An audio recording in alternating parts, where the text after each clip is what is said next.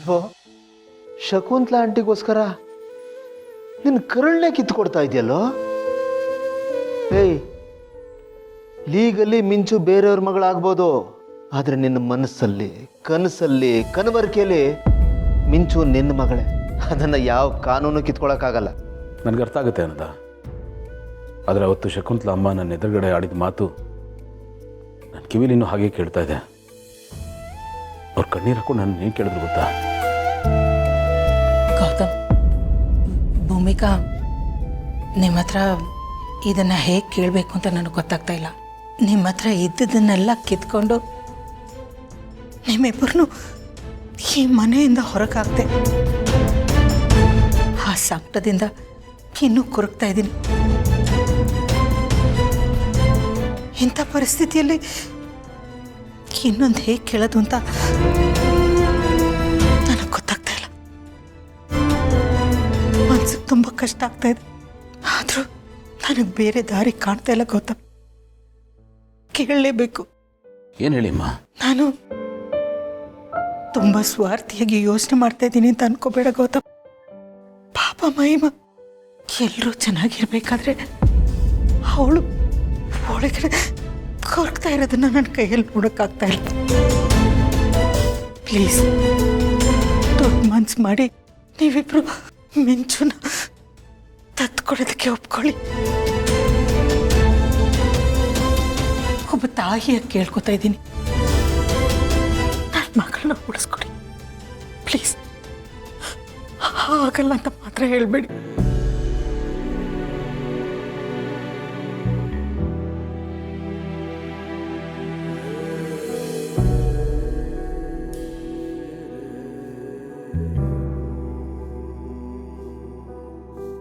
ಅದು ಸಾಲದು ಅಂತ ಅದ್ರ ಜೊತೆಗೆ ಅತ್ತೆ ಮಾವ ಬಂದು ನನ್ನ ಹತ್ರ ಕಣ್ಣೀರು ಹಾಕ್ಕೊಂಡ್ರು. ಮಹಿಮಾ ಬದುಕಬೇಕು ಅಂದರೆ ಮಿಂಚು ಅವಳ ಹತ್ರನೇ ಇರಬೇಕು ಅಂದರು. ನನಗಿಲ್ಲ ಅನ್ನೋಕ್ಕಾಗಲಿಲ್ಲ ಕಣೋ. ಸೆಂಟಿಮೆಂಟ್ ಕಟ್ಟಾಕ್ಬಿಡ್ತು. ನನಗೆ ನೋವಾದರೂ ಪರವಾಗಿಲ್ಲ, ಇನ್ನೊಬ್ರಿಗೆ ಯಾಕೆ ನೋವು ಮಾಡಬೇಕು ಅಂತ ಒಪ್ಕೊಂಡೆ.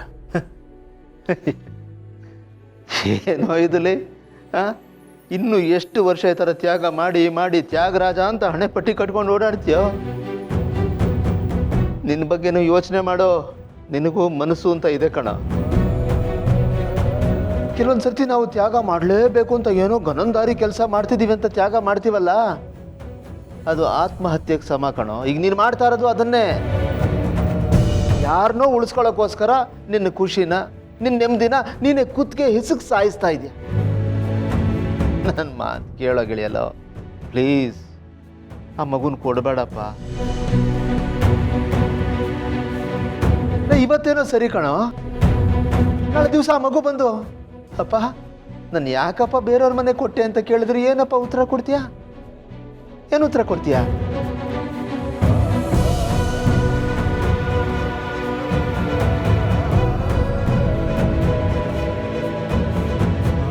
ಆ ಪ್ರಶ್ನೆಗೆ ನನ್ನ ಹತ್ರನೂ ಉತ್ತರ ಇಲ್ಲ ಅನ್ನದ. ಆ ಮುಗ್ಧ ಜೀವಕ್ಕೆ ನಾನು ಎಷ್ಟೋ ಸತಿ ಹೇಳಿದ್ದೀನಿ, ನಾನು ಯಾವಾಗಲೂ ನಿನ್ನ ಜೊತೆ ಇರ್ತೀನಿ, ನೀನು ನನ್ನ ಮಗಳು, ನೀನನ್ನು ಬಿಟ್ಟು ಎಲ್ಲೂ ಹೋಗಲ್ಲ ಅಂತ. ಈಗ ನಾನೇ ಅವಳನ್ನು ದೂರ ಮಾಡ್ತಾ ಇದ್ದೀನಿ. ಈ ಪಾಪ ಪ್ರಜ್ಞೆ ನಾನು ಬದುಕಿರುವಾಗಲೇ ಸಾಯಿಸ್ತಾ ಇದೆ.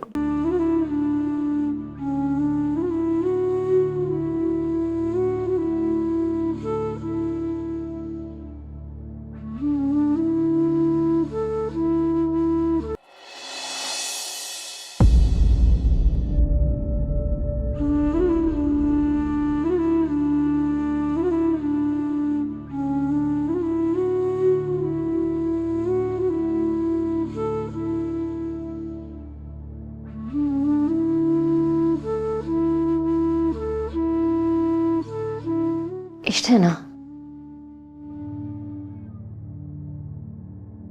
ಇವತ್ತು ನಾವು ಪೇಪರ್ಸ್ ಕೊಡ್ತಿದ್ದೀವಾ ಇಲ್ವಾ ನಮ್ಮ ಜೀವನನೇ ಬರ್ದು ಕೊಡ್ತಿದ್ದೀವಾ? ಕರೆಕ್ಟ್ ಭೂಮಿಕಾ, ಜೀವನನೇ ಕೊಡ್ತಾ ಇದ್ದೀವಿ. ನಮ್ಮ ಜೀವನನೇ ಅಡ ಇಡ್ತಾ ಇದ್ದೀವಿ. ಜೀವನ ಅಡ ಇಟ್ಟು ನೋವಂತೂ ಗೊತ್ತಾ ಇದ್ದೀವಿ. ಅದೇ ಅನಿವಾರ್ಯ. ಯಾವಾಗಲೂ ಖುಷಿನೇ ಬೇಕು ಅಂದರೆ ಆಗಲ್ವಲ್ಲ. ನಾವು ಕರೆದ ಕಡೆ ಜೀವನ ಬರಲ್ಲ. ಜೀವನ ಎಲ್ಲಿ ಕರ್ಕೊಂಡು ಹೋಗುತ್ತೋ ನಾವು ಅಲ್ಲಿಗೆ ಹೋಗ್ಬೇಕು ಅಲ್ವಾ? ಮಹಿಮಾ ಉಸಿರಾಡಬೇಕು ಅಂದರೆ ನಾವು ನಿಟ್ಟುಸಿರು ಬಿಡಲೇಬೇಕು. ನಮ್ಮ ಉಸಿರಲ್ಲಿ ಉಸಿರಾಗಿರೋ ಮಿಂಚನ್ನ ನಾವು ಬಿಟ್ಕೊಡ್ಲೇಬೇಕು. ಇದಕ್ಕಿಂತ ದೊಡ್ಡ ತಮಾಷೆ ಇನ್ನೇನಿದೆ ಅಲ್ವಾ? ಜೀವನ ಹೇಗೆಲ್ಲ ಆಟ ಆಡ್ಸುತ್ತೆ ನೋಡಿ.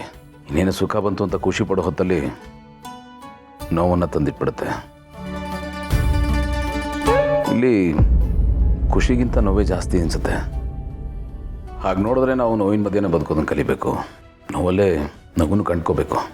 ನಾವು ಅಂತಲ್ಲ, ಇರದೆ ಹಾಗೆ ಅನಿಸುತ್ತೆ. ಆ ದೇವ್ರು ನಮ್ಮ ಜೊತೆ ಕ್ರೂರವಾದ ಆಟ ಆಡ್ತಿದ್ದಾನೆ. ಅವ್ನ ಲೆಕ್ಕಾಚಾರನೇ ನಂಗೆ ಅರ್ಥ ಆಗ್ತಿಲ್ಲ. ಮಿಂಚುನ ನಮ್ಮಿಂದ ಕಿತ್ಕೋಬೇಕಾಗಿತ್ತಂದ್ರೆ ಅವಳನ್ನು ಯಾಕೆ ನಮ್ಮ ಹತ್ರ ಕಳಿಸ್ಬೇಕಿತ್ತು? ಅಪ್ಪ ಅಮ್ಮಾಗಿ ನಾವು ಸೋಲ್ತಿದ್ದೀವಿ ಗೌತಮರು. ನನಗೆ ಅರ್ಥ ಆಗಿಲ್ಲ ಅಂದರೆ ಮಿಂಚುಗೆ ಹೇಗೆ ಅರ್ಥ ಆಗುತ್ತೆ ಭೂಮಿಕಾ? ನಾನು ಯಾಕೆ ಅತ್ತೆ ಮನೆಗೆ ಕಳಿಸ್ತಾ ಇದ್ದೀರಾ ಅಂತ ಅವಳು ಕೇಳಿದಾಗ ಪಾಪ ಪ್ರಜ್ಞೆಯಲ್ಲಿ ಅವ್ಳ ಮುಖ ನೋಡೋಕ್ಕೆ ಆಗಲಿಲ್ಲ. ಬೆನ್ನೇನು ನಾಟಿರೋ ಚೂರಿ ಥರ ಅವಳು ಬಿಟ್ಟು ಹೋಗೋ ನೋವು ಯಾವಾಗಲೂ ಬೆನ್ನಲ್ಲಿ ಹಾಗೆ ಇರುತ್ತೆ. ನನಗಂತೂ ಅರ್ಥ ಆಗಿದೆ ಭೂಮಿಕಾ. ಇದರಿಂದ ಮುಕ್ತಿ ಇರಲ್ಲ. ಇದು ಸದಾ ಕಾಡ್ತಾನೆ ಇರುತ್ತೆ. ಒಬ್ಬ ಅಪ್ಪನಾಗ ನಾನು ಸೋತ್ಬಿಟ್ಟೆ. ಮಗಳಿಗೆ ನಾನು ಕೊಟ್ಟ ಮಾತನ್ನು ಉಳಿಸ್ಕೊಳ್ಳೋಕ್ಕಾಗಲಿಲ್ಲ. ಇದು ನನ್ನ ಸೋಲು ಅಷ್ಟೇ.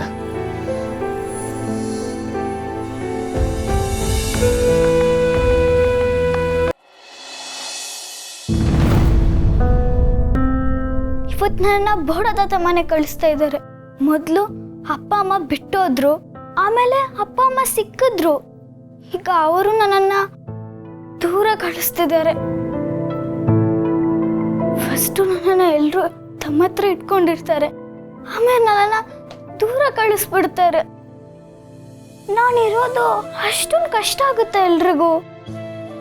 ಅವರೇ ನಮ್ಮನ್ನ ದೂರ ಕಳಿಸೋ ಮುಂಚೆ ನಾವೆಲ್ಲಾದ್ರೂ ದೂರ ಹೋಗ್ಬಿಡೋಣ.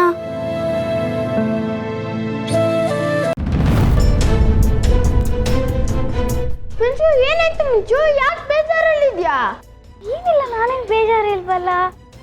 ಅದು ಇವತ್ತು ಫಸ್ಟ್ ಡೇ, ಅದಕ್ಕೆ ಖುಷಿ ಬಂದಿರ್ತಲ್ಲ. ನಾನು ಮಾತಾಡ್ಸ್ಕೊಂಡ್ ಬರ್ಲಾ? ಹಾ, ಖುಷಿ ನಾನು ಬರ್ತೀನಿ ಮಿಂಚು. ಇಲ್ಲ ಅಪ್ಪು, ನಾನು ಇವಾಗ ಮಾತಾಡ್ಸ್ಕೊಂಡ್ ಬರ್ತೀನಿ, ಆಮೇಲೆ ನೀನು ಮಾತಾಡ್ಸುವಂತೆ. ನೀನು ಇವಾಗ ಕ್ಲಾಸ್ ಹೋಗು. ಸರಿ, ಬೇಗ ಬಾ. ಹಾ ಸರಿ, ಬೇಗ ಬರ್ತೀನಿ. ಸರಿ.